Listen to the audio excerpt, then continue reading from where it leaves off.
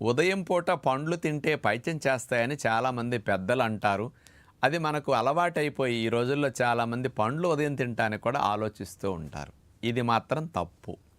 ఎందుకు అంటే ఉదయం పూట అల్పాహారంగా రకరకాల టిఫిన్స్ ఏవో తయారు చేసి ఉంచుతారు ఇంట్లో.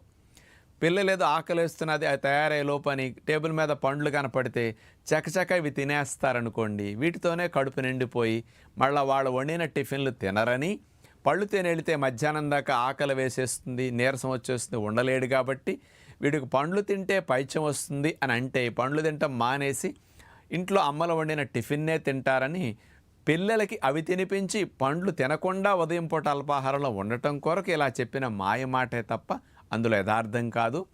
పండ్లు ఉదయం కానీ మధ్యాహ్నం కానీ సాయంకాలం కానీ ఏ పూట తిన్నా ఆరోగ్యానికి మంచిదే తప్ప అవి పైత్యం చేయవు, హాని కలిగించవు. అందరూ ఉదయం తినొచ్చు.